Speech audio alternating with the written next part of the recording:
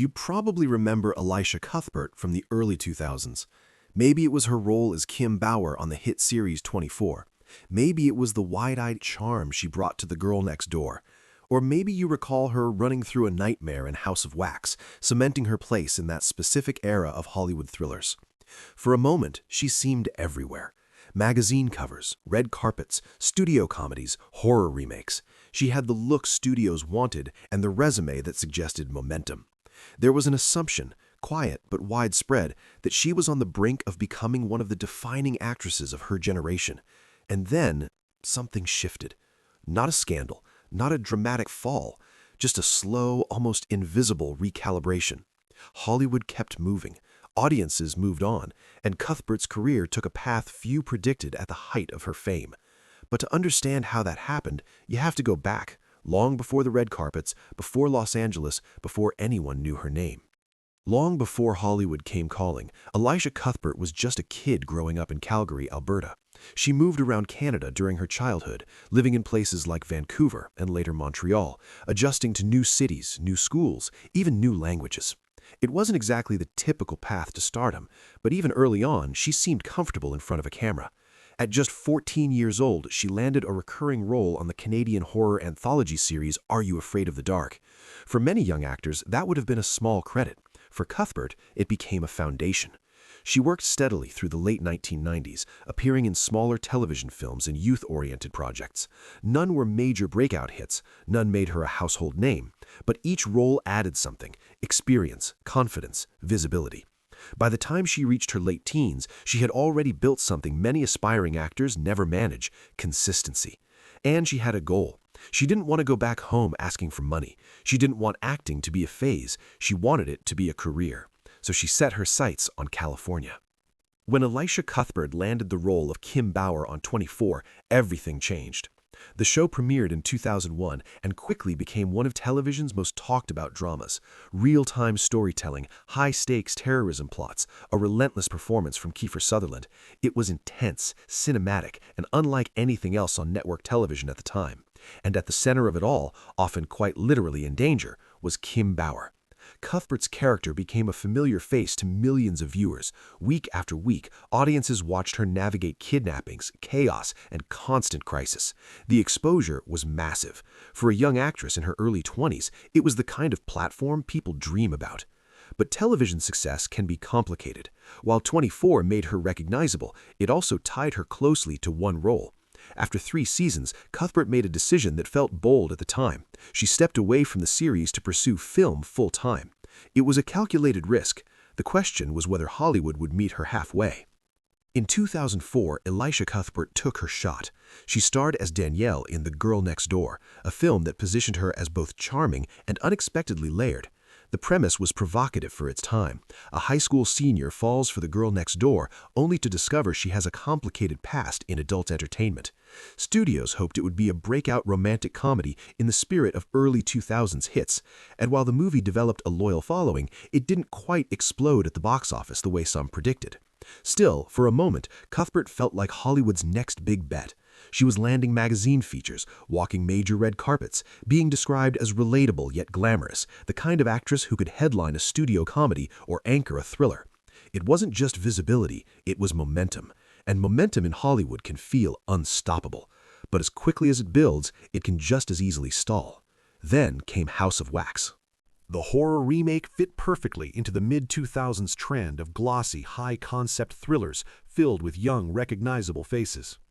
Cuthbert starred alongside rising talent and tabloid regulars, and the film generated plenty of buzz before its release. But buzz doesn't always translate to long-term momentum. The movie performed modestly. It wasn't a disaster. It wasn't a triumph either. It simply existed in that middle ground, financially stable but creatively forgettable. And in Hollywood, fine can be more dangerous than failure. It doesn't spark reinvention. It doesn't command prestige. Around the same time, the industry itself was shifting. Romantic comedies were becoming less dependable at the box office. Horror films leaned increasingly toward shock value. The rise of franchise filmmaking began narrowing opportunities for mid-budget character pieces. Cuthbert had stepped away from a television powerhouse hoping to dominate film.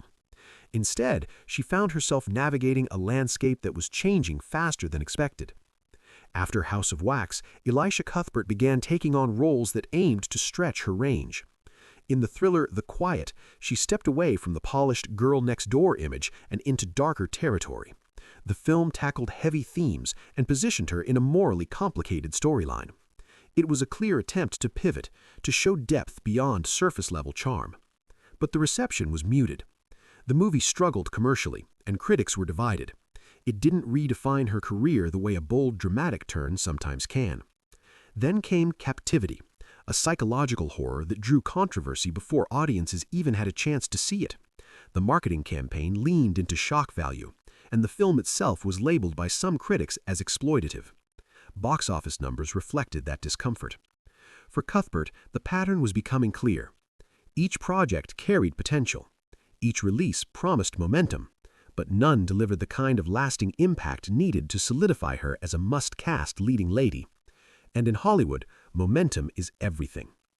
Around the mid-2000s, Elisha Cuthbert's public image began shifting in quieter ways. After working together on House of Wax, she formed a friendship with socialite and media fixture Paris Hilton. She even appeared in Hilton's music video for Nothing in This World. At the time, Hilton represented a very specific kind of fame, omnipresent in tabloids, constantly photographed, more associated with nightlife than film sets. For a young actress trying to cement credibility, that association created a subtle narrative. It wasn't scandalous, it wasn't destructive, but in Hollywood, perception can quietly shape opportunity. Cuthbert later reflected on how easy it was to get caught up in the Los Angeles scene, not because people were malicious, but because the culture itself could be disorienting. The industry rewards visibility, but it doesn't always reward authenticity. Gradually, she began pulling back. Less nightlife, fewer headline-grabbing appearances, more focus on stability. It wasn't a dramatic exit from the spotlight, it was a recalibration. By the early 2010s, Elisha Cuthbert had quietly shifted back toward television. In 2011, she joined the ensemble cast of Happy Endings, playing a runaway bride with sharp comedic timing. The show developed a loyal following and showcased a lighter, self-aware side of her talent. But despite critical appreciation, it was canceled after 3 seasons. Another sitcom followed, One Big Happy, though it lasted only a handful of episodes. The pattern repeated: promise, potential, short run. Still, television was evolving. Streaming platforms were rising. Traditional metrics of success were shifting. Cuthbert later appeared in The Ranch, bringing her back into a steady, long-form role opposite established names. Off-screen, her life was changing too. In 2013, she married Canadian NHL player Dion Phaneuf.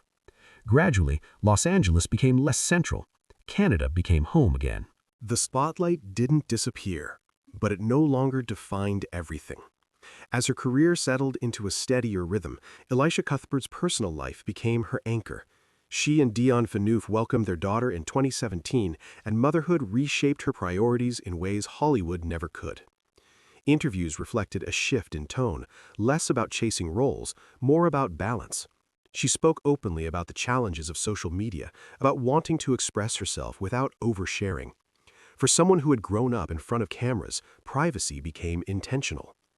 Life in Canada offered a different pace. Fishing trips with family, winters spent skating and snowmobiling, community events instead of Hollywood premieres. She also lent her visibility to charitable causes, supporting organizations like the Special Olympics and participating in fundraising efforts for children's camps. The work wasn't loud or headline-driven, it was consistent. For years, the industry had defined her by momentum. Now, she seemed defined by steadiness. And in an entertainment culture obsessed with constant reinvention, choosing stability can be its own quiet statement. Even as her life grew more grounded, Elisha Cuthbert never fully stepped away from the industry. She appeared in Goon, Last of the Enforcers, a Canadian-produced sequel that leaned into her hockey world connections and sense of humor. It wasn't a blockbuster, but it reflected something different, a willingness to work in projects that aligned with her real life. She also made appearances outside traditional acting. A guest hosting spot on Canada's Drag Race showed her playful side and comfort stepping into new formats. Podcast interviews, including her first on Anna Faris's Unqualified, allowed her to speak more candidly about career, friendships, and growth. These weren't headline-grabbing reinventions, they were incremental. Streaming roles, guest appearances, selective projects. Instead of chasing the spotlight, she seemed to be curating it. Reinvention doesn't always look dramatic. Sometimes it looks like choosing where and how you want to be seen. Today, Elisha Cuthbert occupies a space that feels different from the one she once chased. She's not splashed across tabloid covers, she's not leading major studio franchises, but she is still working. Her role on The Ranch gave her several steady seasons in the streaming era, reintroducing her to audiences who may have first known her from network television. Financially, she's done well for herself, building a career that spans decades rather than chasing a single breakout moment. And with her husband's NHL chapter winding down, the pressure of constant relocation has eased. There's a sense of control now. She moves between Canada and the United States when projects require it. She chooses appearances carefully. She keeps much of her private life exactly that, private. For someone once positioned as Hollywood's next big thing, her career didn't follow the expected arc, but it also didn't disappear. It evolved. Elisha Cuthbert's story isn't one of collapse, it's one of redirection. She arrived in Hollywood at a moment when visibility could feel like destiny. A hit series, studio films, red carpets. For a while, it seemed like she was riding the exact wave every young actor hopes to catch. But the industry changed. The projects didn't always connect, and the momentum slowed. What followed wasn't scandal or spectacle, it was recalibration. She returned to television. She returned to Canada. She built a family. She chose steadiness over noise. In an era obsessed with constant escalation, that choice can look like disappearance, but it isn't. Cuthbert once set a goal for herself: build a career strong enough that she wouldn't have to go home asking for help. Years later, she's still working, still recognizable, still present, just on her own terms. Not every Hollywood story ends with bigger premieres and louder applause. Some end with balance, and sometimes that's the real success.